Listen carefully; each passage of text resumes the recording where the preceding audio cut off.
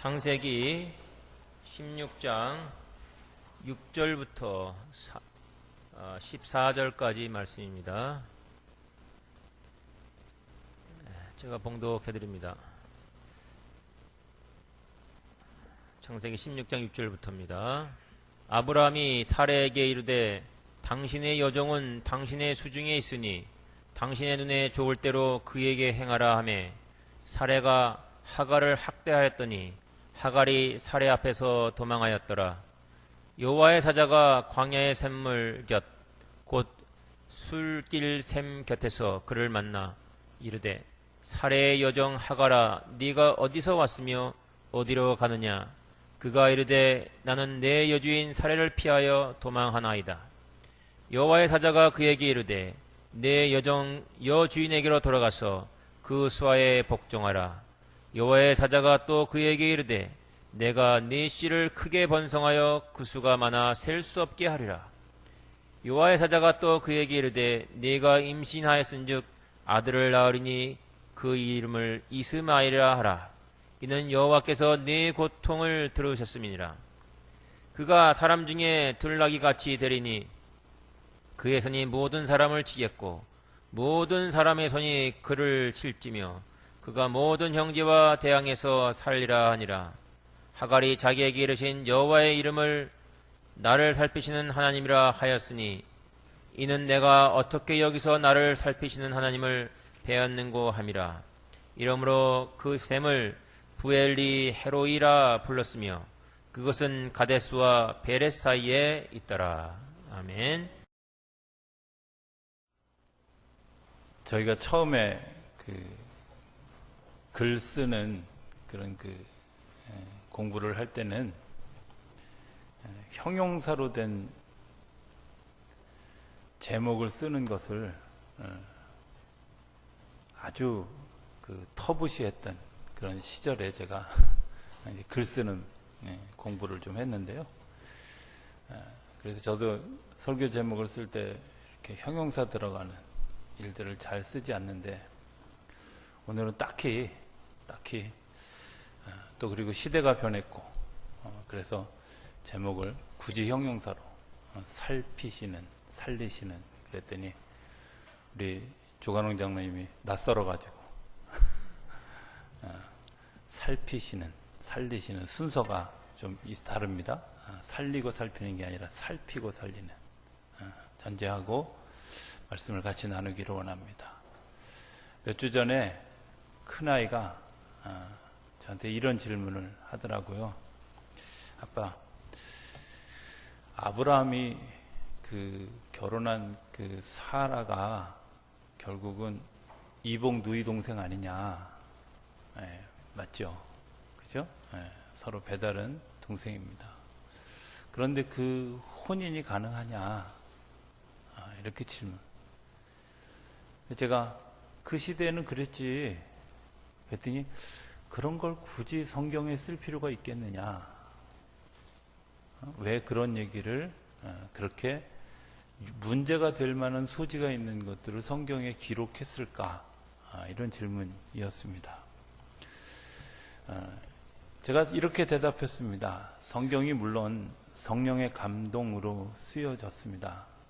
그리고 성경이 2000년, 3000년이 지나서 지금 대한민국에 사는 우리에게 우리가 그것을 보게 될 것이다 라고 전제하고 쓰지는 않았다는 사실을 우리가 좀 먼저 이해를 해야 됩니다. 그래서 그 시대를 살아가는 사람들, 그 문화 속에 살아가는 사람들이 그냥 공감할 수 있는 그런 이야기를 써간 거죠. 그러니까 이 배경이 팔레스타인에 3000년, 4000년 전에 있었던 그 문화를 배경으로 쓰게 되어졌습니다. 그러다 보니까 성경에는 우리가 생각할 때 참 이해 안 되는 이야기들이 저희 딸이 지적한 것처럼 이복 누이 동생과 결혼하는 일들이 일어나고 때로는 유다의 이야기처럼 며느리와 그 관계를 가지는 일들도 합법화되어지고 다윗이나 솔로몬에게는 굉장히 많은 그런 그 일부 일처제가 아니라 일부 다처제의 사회가 펼쳐지는 그런 일들이 일어나는 것은 지금 이 시대의 우리 관점으로 그것을 이해하면 안 된다 하는 것을 먼저 전제하는 겁니다. 그러니까 오늘 성경의 이야기를 윤리적인 문제로 생각하면 안 된다 하는 것을 전제하고 이 이야기를 시작해. 왜냐하면 저는 한번 이런 적이 있어요. 러시아에 가서 뭔가 이렇게 그 사람들에게 뭔가 설교를 하는데 제가 아무 생각 없이 퇴계로에서 용산까지 걸어간 얘기를 쑥 한국 사람들은 다 이해하잖아요. 그게 얼마나 먼 거리인지. 근데 러시아 사람들은 멀뚱멀뚱 제 얼굴을 쳐다보더라고요. 아, 그런 거구나. 그죠? 러시아에 살아가는 사람들에게 퇴계로가 어딘지, 용산이 어딘지, 구로동이 어딘지 모르는 그것처럼 그 시대의 그 사람들, 우리가 그래서 성경을 이해하기 위해서는 때로 지형을 공부해야 하고 그 시대의 문화를 좀 알아야 되고 또 그 시대에 어떤 삶의 풍습이 있었는지를 이해하는 일들이 굉장히 중요하다 하는 것을 전제하고 오늘 말씀을 시작하기로. 그 시대의 가장 중요한 복 중에 하나가 뭐냐? 그거는 자녀를 많이 낳는 거예요. 자녀를 많이 낳아. 왜? 사람들이 그 후손을 통해서 삶이 이어진다고 믿었기 때문에 그래요. 그래서 다산하는 것이 복이었습니다. 그렇게 생각해 보면 아브라함과 사라 사이에 자녀가 없다고 하는 것은 우리가 그냥 생각하는 것처럼 자녀가 없는 그런 정도의 그런 마음이 아니라 마치 버림받은 사람들처럼, 그리고 미래가 보장되지 않는 사람들처럼, 그리고 그 사람들의 삶을 하나님이 혹시 버리셨을지도 모른다는 그런 압박감을 가지고 살아가는. 그래서 아마 제 생각에는 추측이긴 합니다만은 75세가 되어서 아브라함과 사라가 하나님의 인도하심을 따라 무작정 그 길을 따라간 데에는 다른 여러 가지 이유도 있었겠지만 내 자녀들이 하늘의 별과 같이 바다의 모래같이 여기에 딱 꽂혀가지고 그래, 하나님이 그런 기적을 이루실 엘 하나님이다, 엘로힘 하나님이다, 이런 믿음을 가지고 저는 그들이 걸어가지 않았을까. 그런데 11년이 지났는데 여전히 아브라함과 사라 사이에는 자녀가 없고요. 또 자녀가 없는 것뿐만 아니라 한 살 한 살 나이가 먹어가면서 이제는 생산할 능력이 없는 상태까지 이르러가는 분기점에 섰어요. 그래서 어느 날 아브라함과 사라가 둘이서 고민을 하다가 합법적인 방법 하나를 찾아낸 거죠. 그게 뭐냐면 사라의 몸종인 하갈이라고 하는 여인을 통해서 우리가 같이 그 자녀를 갖자, 이런 말. 창세기 29장에 보면 라헬이 아이를 낳지 못했을 때 라헬의 하녀인 빌하라는 사람을 통해서 자녀를 낳고, 성경에 보면 그가 라헬의 품에 안겼더니 그것이 곧 라헬의 자녀가 된 거예요. 그러니까 몸종을 택해서 자녀를 낳고 그 자녀가 주인의 품에 안으면 그것은 합법적인 자녀로 인정해주는 법이 그 시대에 있었다는 거예요. 그래서 하갈이라고 하는 사람을 통해서 이제 그 일들을 진행을 하게 되어졌습니다. 그런데 사람이 그렇게 기계적으로 딱 떨어지면 얼마나 좋겠어요. 그죠?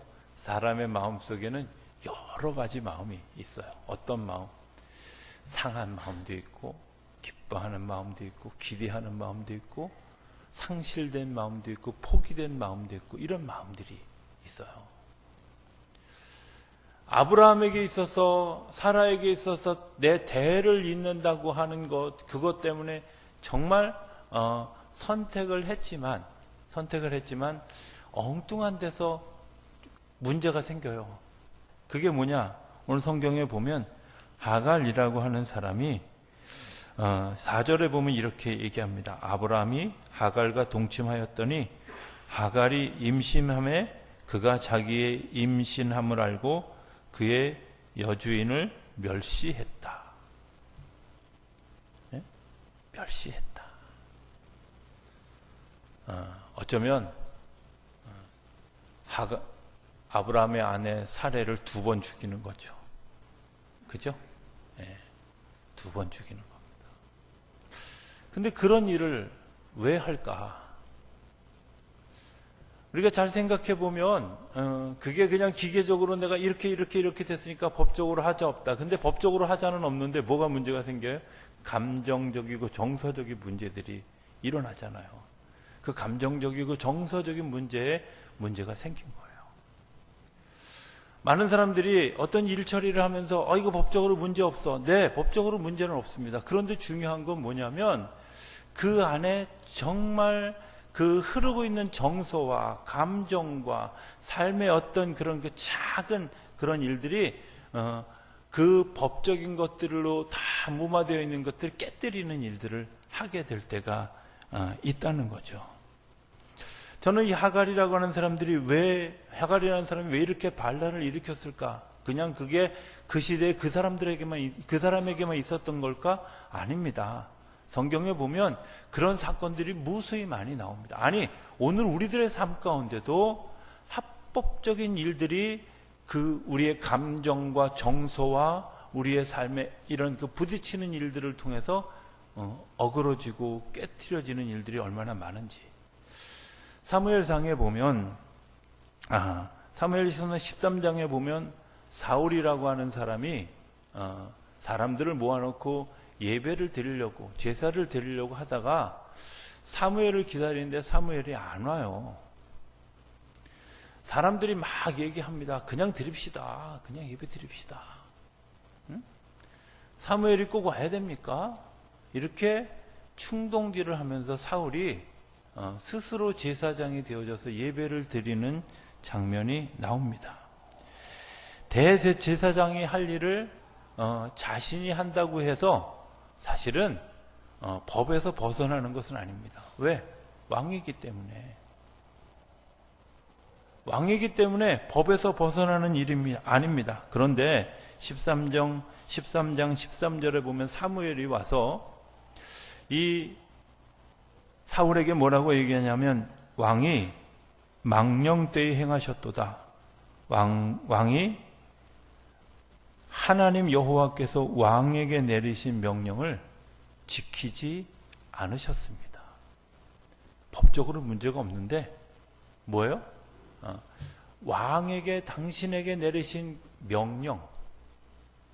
영어 성경에 뭐라고 써요? You have not kept in command. 당신에게 내리신 그 명령을 당신이 지키지 않았습니다. 명령을 지키지 않았다는 법은 법 테두리 안에서는 문제가 없는데 하나님이 당신을 임명하신 하나님, 당신을 세워주신 하나님, 당신을 축복하신 하나님이 당신에게 요청하신 것을 넘어서 행동하셨습니다. 하고 이야기하면서 14절에 왕의 나라가 길지 못할 것입니다.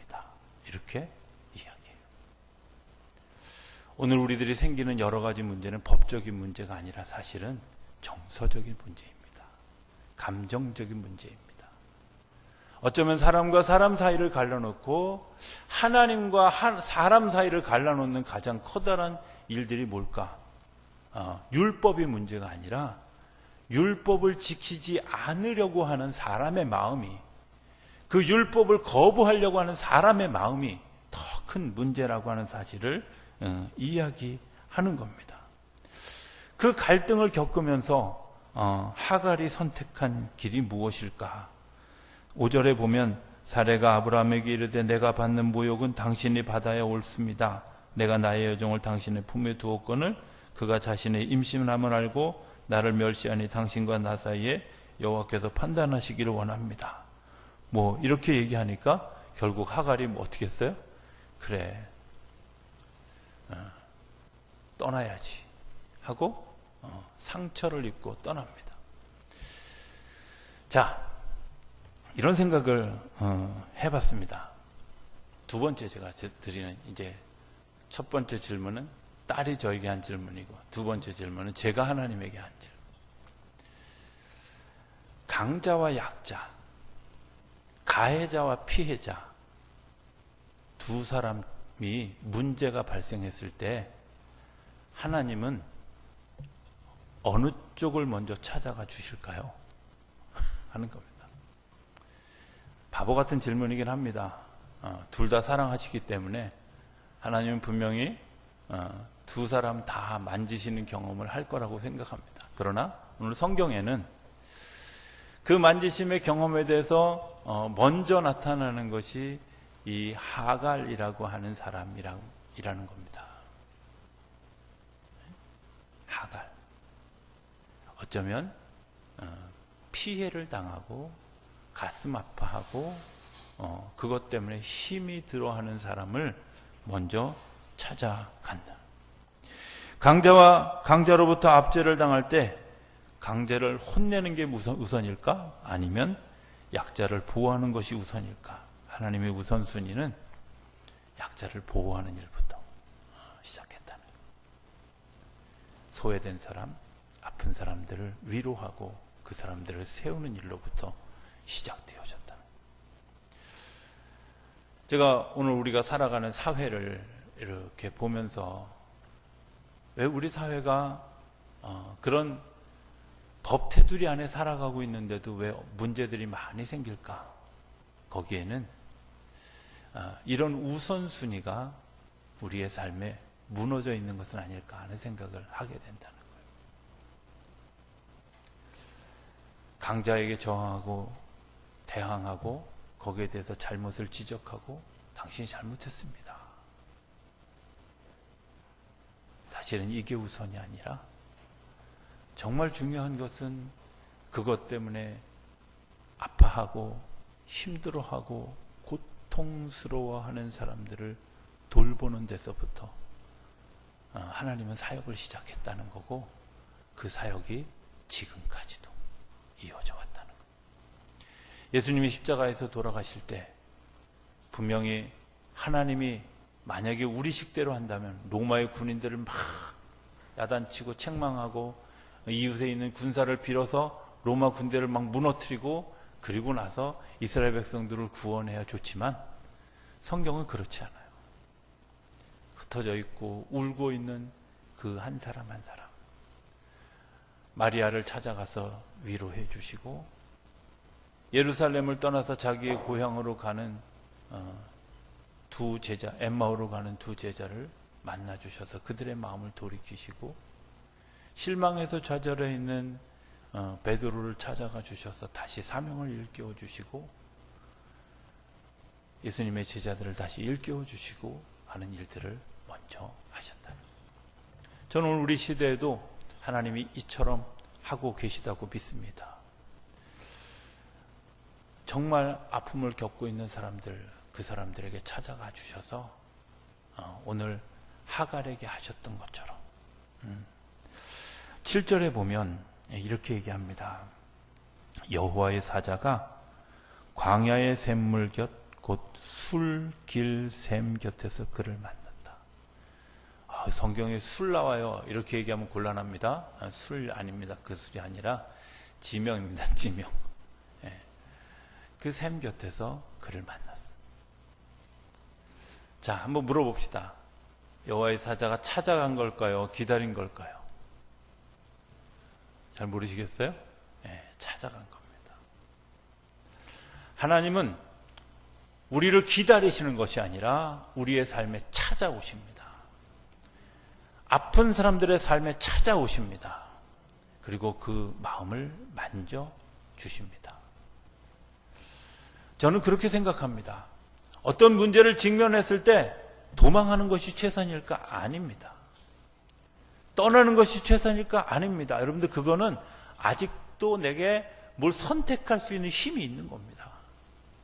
그런데 성경에 많이 나오는 압제, 핍박 이런 단어는 오직 하나님 한 분 외에는 나를 일으켜 세울 수 없는 상태를 얘기하는 겁니다. 도망한다는 건 아직도 힘이 있다는 겁니다. 내가 고민하고 갈등한다는 건 아직도 힘이 있다는 겁니다. 내가 고통스러워하는 건 아직도 힘이 있다는 겁니다. 그런데 그 힘이 남아있는 그 사람, 아직도 자기 의지가 남아있는 그 사람이 하나님의 사자를 보내서 그를 만나주시고 그에게 다가가 이렇게 이야기합니다. 8절 이르되 사레의 여종 하가라 네가 어디서 왔느냐 어디로 가느냐 나는 여주인 사레를 피하여 도망하나이다. 현실을 보게 하는 거예요. 하나님의 위로하시는 방법은요, 현실을 보게 하는 거예요. 현실을. 우리가 종종 자기 현실을 안 보려고 하죠. 자기 상황을 안 보려고 합니다. 네가 어디 있느냐라는 질문, 저는 가끔 그 질문을 물을 때마다, 하나님이 물으시는 질문을 생각할 때마다 내가 어디 있을까?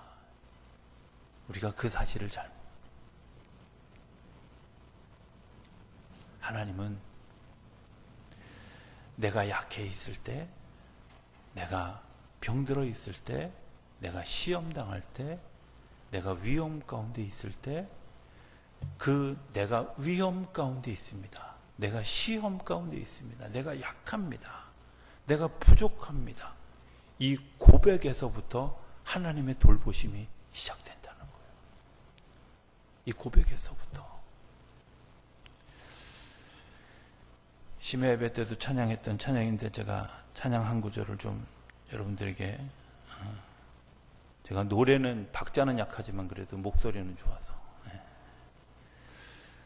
제가 지난 월요일 날 설교를 준비하다가 그냥 우연히, 예전에 그냥 아무 생각 없이 불렀던 찬송이었습니다. 그런데 그 찬송의 가사를 제가 정말 불러가다가 너무, 나 약해 있을 때에도 주님은 함께 계시고, 나 소망 잃을 때에도 주님은 내게 오시네. 나 시험 당할 때에도 주님이 지켜주시고, 나 실망당할 때에도 주님이 위로하시네.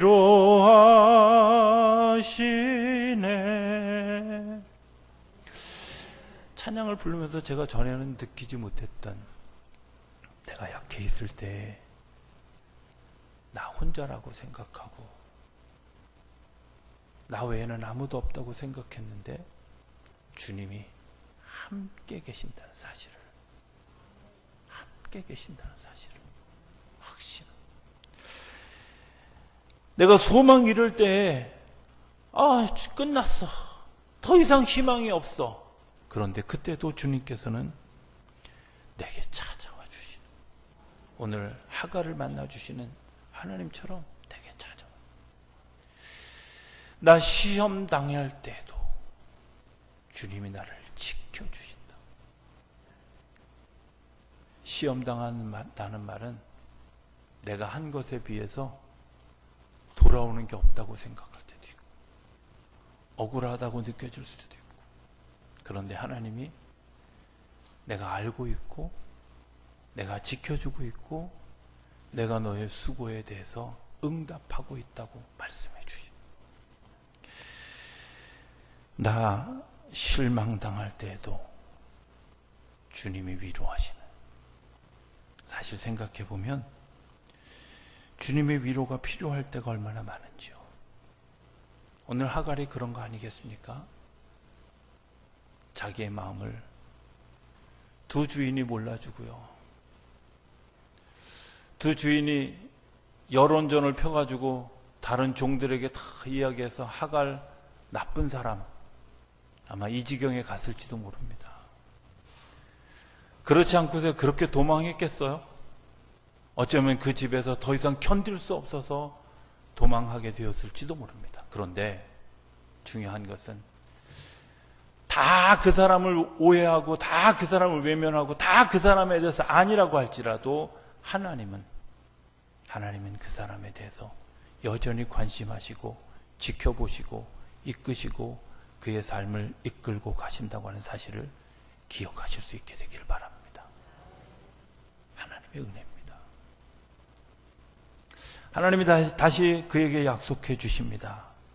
너는 네가 가지고 있는 그 씨를 통해서 수많은 일들이 오늘로 끝이 아니라 앞으로 이어지는 일들이 계속되어질 것이다. 앞으로 놀라운 일들이 너를 통해서 일어나게 될 것이다. 네가 가지고 있는 그 임신한 그 아이가 예사 아이가 아니다. 한 민족을 이루고 창대하게 되어져. 너의 오늘이 끝이 아니라 내일로 이어지는 미래가 너에게 풍성하게 되어질 것이다 라고 분명하게 약속해 주시는 거예요. 그리고 성경은 이렇게 이야기합니다. 내 여주인에게 돌아가서 그 수하에 복종하라고. 어쩌면요 하갈에게 있어서 제일 싫은 얘기가 뭐겠어요? 돌아가는 거죠. 제일 힘든 일이 뭐겠어요? 돌아가는 거죠. 죽기보다 힘든 일이 뭐겠어요? 돌아가는 거죠. 그런데 이 돌아가라는 의미 속에는 무엇이 준비되어져 있을까? 하나님이 그 하갈을 내어보내게 했던 사라의 마음을 바꿔주실 하나님의 능력이 있음을 믿고 돌아가라는 겁니다. 내가 그의 삶도 만지고 있다는 사실을, 살피고 있다는 사실을 네가 기억하고 돌아가라는 겁니다. 하나님이 과연 그 일을 하셨을까? 네, 하셨죠. 성경에 보면 이렇게 얘기합니다. 돌아가서요, 16절, 15절, 16절에 보면 돌아갑니다. 하갈이 아브라함의 아들을 낳음에 돌아갔다는 얘기죠. 아브라함이 하갈을 낳은 그 아들을 이름하여 이스마엘이라 하였더라. 하갈이 아브라함에게 이스마엘을 낳았을 때 아브라함의 나이가 86세였다. 이 말은 아브라함의 족보 속에 들어갔다는 말은 사라도 그것을 인정하고 받아들였다는 겁니다. 그게 뭐 그런 거예요? 이렇게 생각할 수 있습니다. 여러분들 또 한 번에 우리가 이제 합격 하나를 봐야 됩니다. 예전에는 종은 죽여도 괜찮았습니다. 노예는 죽여도 괜찮아요. 집 나간 노예를 받아들이는 일은 상상할 수 없는 파격입니다.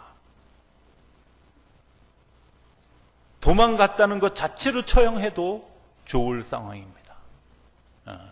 이런 거 얘기할 때 인권 얘기하면 지금 곤란합니다. 그거는 2017년대를 살아가는 오늘 우리의 이야기고요. 그 시대에는 그런 거 없었어요.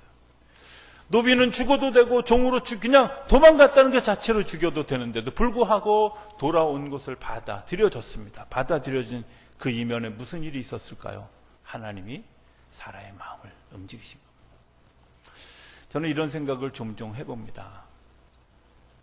그 하갈이 나갔을 때 아브라함과 이 사라 사이에 무슨 대화가 오고 갔을까 하는 거죠. 제가 볼 때는 두 사람이 다 이렇게 얘기했을 거예요. 너 때문이야. 그죠? 예? 아브라함은 사라에게 너 때문에 나갔어. 그리고 사라는 글쎄 그 시대가 워낙 가부장제가 센 시대여서 그렇게 얘기했을까 싶지만 잠깐 그것만 2017년으로 옮겨오면 당신이 나를 인정해주지 않은 너 때문이야. 아마 이렇게 얘기했을 거예요. 그런데 그렇게 이야기한다 할지라도 사라의 마음속에 죄책감, 어두운 그늘, 아픔, 두려움, 하나님으로부터 외면당할 것 같은 그런 그 안타까움이 그의 삶에 없었겠냐는 거예요.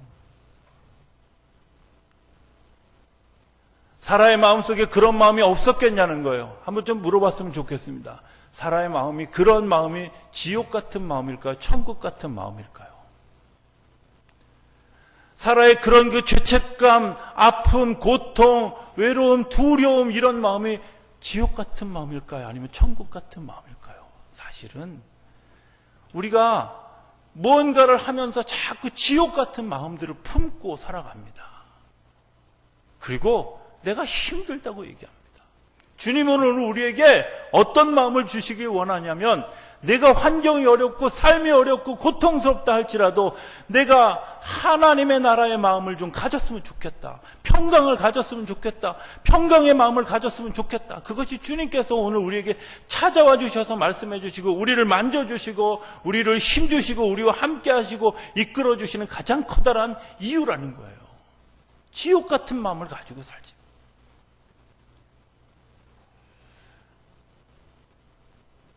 하나님의 일은요, 성경은 분명하게 이렇게 얘기합니다. 너희 중에 두세 사람이 내 이름으로 모인 곳에 내가 너희와 함께 한다.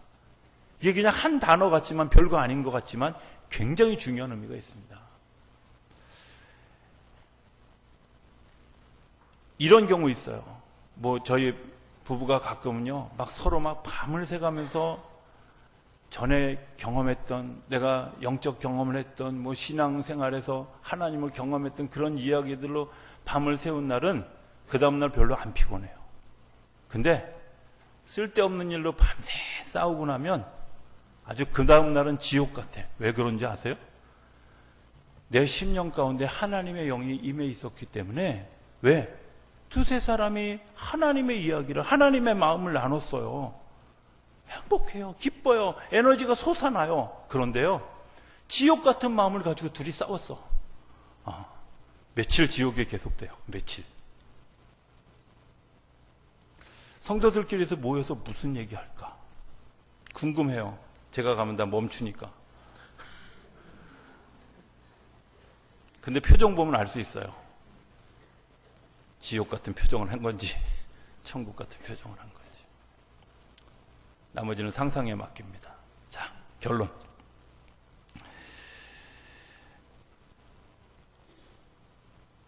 우리가 좀 기억해야 될 것 하나가 있습니다.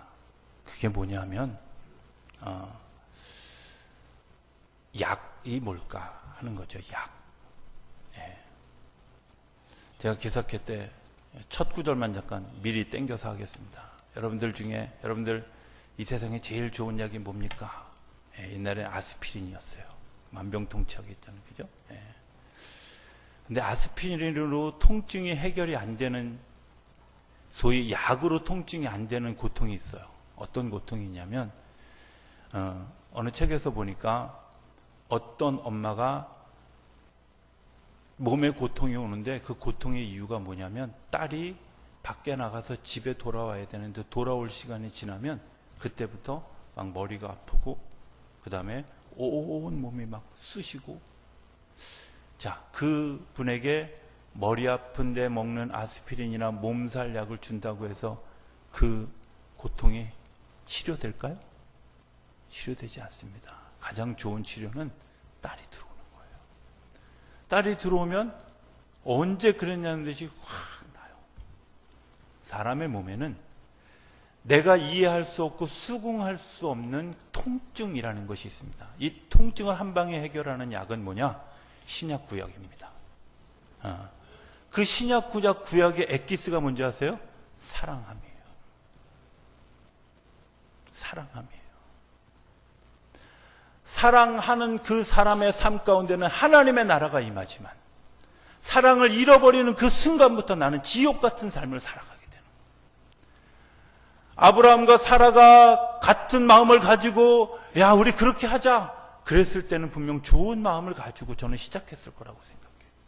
그런데 서로의 마음속에 미워하는 마음, 무시하는 마음, 서로의 감정적인 상처가 이루어지면서 서로 어떤 마음, 지옥 같은 마음이 그 삶 가운데 들어가고, 나가고 싸우고 막 불쾌하고 이런 일들이 일어나요.